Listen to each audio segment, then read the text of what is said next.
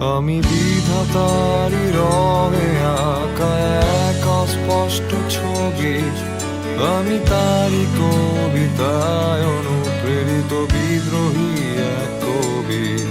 প্রকৃতি আমার অনেক দিনের দুঃসময়ের সাথী, তাই মেঘে ঢাকা পড়া একাকী চাঁদের স্মৃতি